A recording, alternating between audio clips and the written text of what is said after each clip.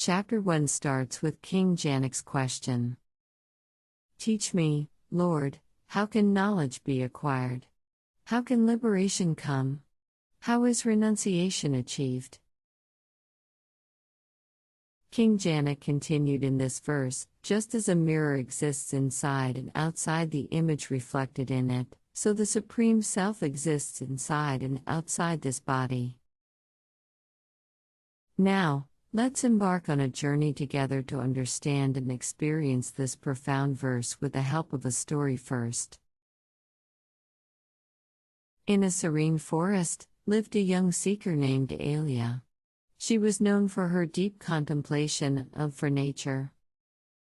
One day, while wandering through the woods, she stumbled upon a peaceful pond.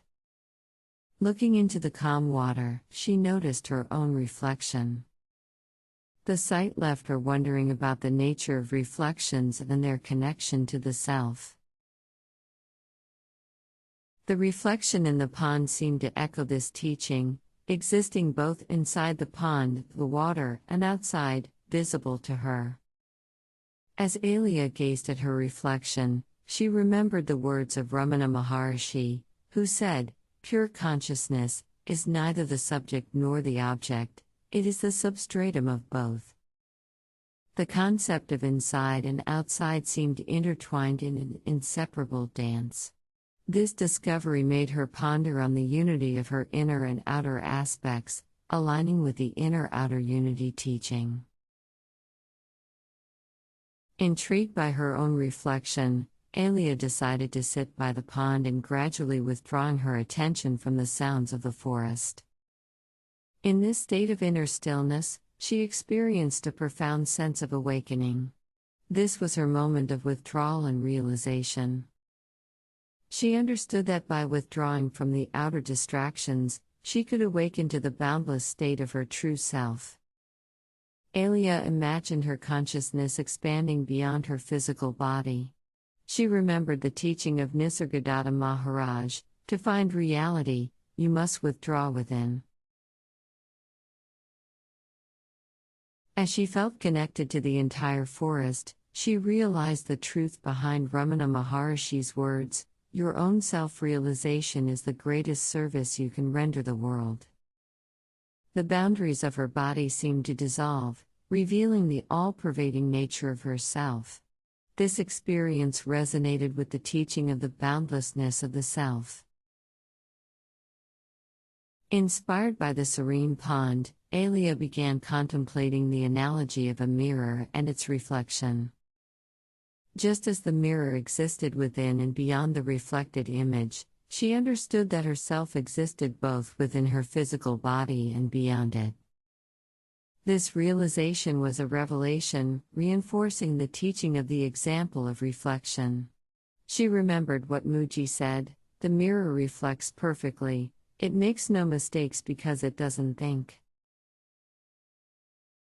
Alia's insights deepened further as she reflected on the interconnectedness of all manifestations in the universe. She realized that just as her reflection was inseparable from the pond, all life forms were interconnected in the grand tapestry of existence.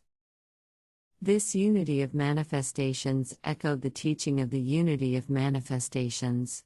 She recalled the words of Eckhart Tolle, you are not in the universe, you are the universe, an intrinsic part of it. She recalled the words of Eckhart Tolle, you are not in the universe, you are the universe, an intrinsic part of it.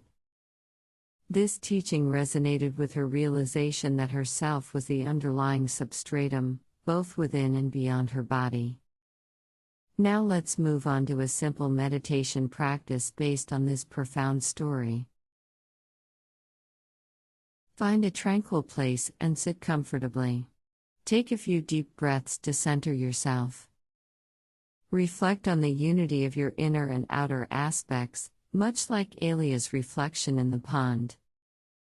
Experience a sense of awakening within, just as Alia did by the pond. Continue focusing on your breath, feeling a sense of calm. Imagine your consciousness expanding beyond your body, connecting to the world around you.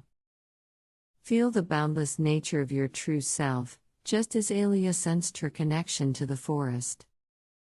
Gently close your eyes and focus on your breath. Gradually withdraw your attention from external sounds and distractions. With your eyes closed, visualize a mirror and a reflection within it.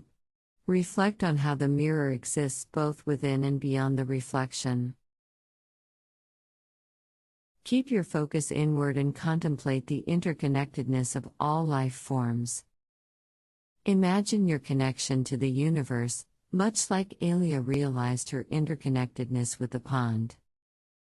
Recognize the underlying unity in the diversity of manifestations. Understand that this mirrors the relationship between yourself and your body.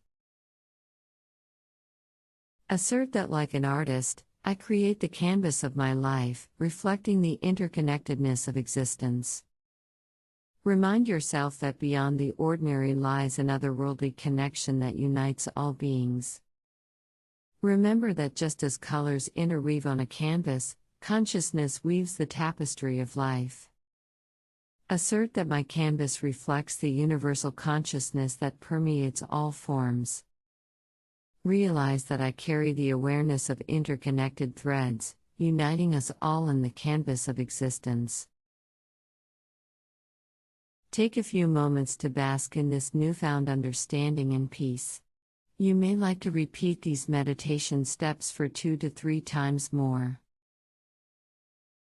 Remember message of King Janak: just as a mirror exists inside and outside the image reflected in it, so the Supreme Self exists inside and outside this body. As you open your eyes, you feel a profound connection with your true nature, filled with serenity and wisdom. Summary chart on screen represents key teachings you just grasped during your journey in this meditation. The teachings about cosmic symphony continue to resonate within you, guiding you on your spiritual journey, till we move on to next verse.